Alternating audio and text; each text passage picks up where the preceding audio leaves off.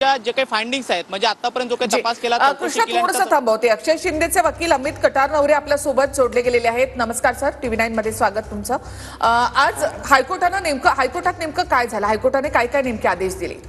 बघा, जी writ petition, criminal writ petition 4107 of 2024 आम्ही जी दाखल केली होती, आमची हीच मागणी होती की अक्षय शिंदेच्या वडिलांची तर्फे माझी हीच मागणी होती कोर्टाला की हा जो एन्काउंटर केला आहे हा फेक एन्काउंटर आहे, हा मर्डर आहे।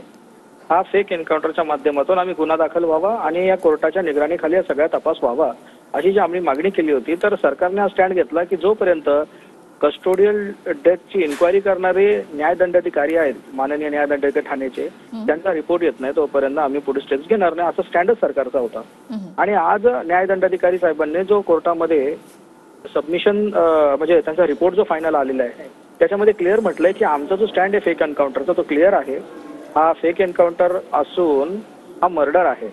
आणि म्हणून मर्डर साठी जर ते रिपोर्ट आलेला आहे कोर्टात तर सरकारच्या वकिलांनी PVP वेणेगावकर यांनी कोर्टासमोर सबमिशन केलेलं आहे की आम्ही याच्यामध्ये FIR आता व्हायला पाहिजे, कारण की तिथं कोर्टाचा रिपोर्ट आलेला आहे। तर त्या संदर्भामध्ये ते आता पुढच्या स्टेप्स काय घेतात आम्ही त्याच्याकडे बारकाईने लक्ष लावून आहोत।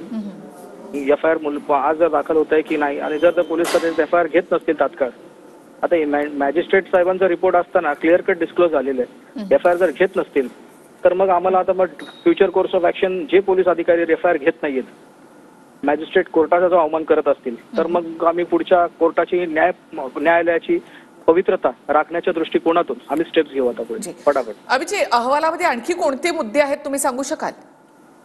अहवालामध्ये जे आता तुमच्या अँकरने सांगितले तेच मुद्दे आहेत।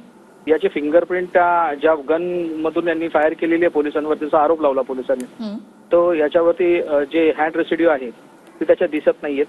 आणि त्यांचा जो पोलिसांचा जो म्हणणं आहे की आम्ही सेल्फ डिफेन्स मध्ये केलेला आहे एन्काउंटर, तर तो सेल्फ डिफेन्सचा जो त्यांचा स्टँड आहे तो याच्यामध्ये क्लिअर दिसत नाहीये, क्लिअर होत नाहीये इन्क्वायरी मध्ये। अमितजी, या सगळ्यामध्ये संजय शिंदे आणि निलेश मोरे हे जे दोन पोलीस अधिकारी जे जखमी झाले होते तर त्याच्या संदर्भातला पण काही उल्लेख होता? नाही, जे त्यांच्यामध्ये आता डिटेल रिपोर्ट जो आहे तो अजून हाती आलेला नाहीये।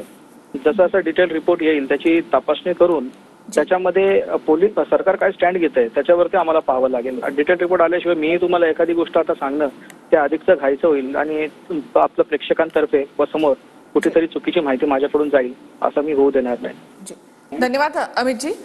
अक्षय शिंदे कुटुंबाचे वकील आहेत अमित कटारनवरे यांनी ही माहिती दिली आहे। बंदुकीवर अक्षयचे फिंगरप्रिंट्स नाही तसा फॉरेन्सिक अहवाल आहे तो कोर्टामध्ये सादर करण्यात आलेला आहे। त्यानंतर अक्षय शिंदे एन्काउंटर प्रकरणामध्ये 5 पोलीस जबाबदार असल्याचं हायकोर्टानं म्हटलेलं आहे। एकूणच हा एन्काउंटर नाही तर मर्डर असल्याचं या याचिकेत म्हणण्यात आलेलं होतं आणि या सगळ्या पार्श्वभूमीवर कोर्टानं हे महत्त्वाचे आदेश दिलेले आहेत। 5 पोलीस यामध्ये जबाबदार असल्याचं कोर्टानं म्हटलेलं आहे। अक्षय शिंदेच्या एन्काउंटर प्रकरणामध्ये मुंबई उच्च न्यायालयाने पोलिसांना जबाबदार धरले। 5 पोलिसांना हायकोर्टाने दोषी ठरवले, त्या विरोधात कारवाई करण्याचे आदेश मुंबई हायकोर्टानं दिलेले आहेत। थेट आपण जाऊयात आमचे प्रतिनिधी कृष्णा सोनारवाडकर यांच्याकडे। कृष्णा,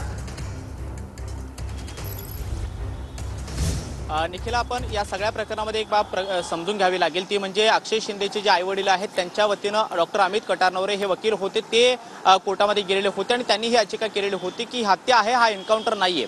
या सगळ्या याचिकेनंतर जी काही सुनावणी झाली त्यावेळी हायकोर्टाचे न्यायाधीश रेवती मोहिती डेरे यांनी या सगळ्यावरती पाहतो की सातत्यानं नाराजी व्यक्त केलेली होती। पोलिसांच्या भूमिकेवरती संशयास्पद ही भूमिका आहे अशा पद्धतीचा आक्षेप घेतलेला होता आणि या सगळ्या सुनावणीनंतरच आपण पाहतो की न्यायालयीन चौकशी यामध्ये बनवण्यात आलेली होती। जी समिती बनवण्यात आलेली होती त्या समितीच्या माध्यमातून या सगळ्या प्रकरणाची आतापर्यंत चौकशी जी करण्यात आलेली आहे त्याच्यामध्ये ज्या काही फाइंडिंग्स आहेत त्या या रिपोर्टमध्ये आहेत आणि अहवाल हा आज हायकोर्टामध्ये सादर करण्यात आलेला आहे। ज्या अहवालामध्ये आपल्या सोबत ठाकरे गटाच्या नेत्या सुषमा अंधारे जोडल्या गेल्यात फोन लाईनवर। सुषमाजी, अक्षय शिंदे एन्काउंटर प्रकरणामध्ये आज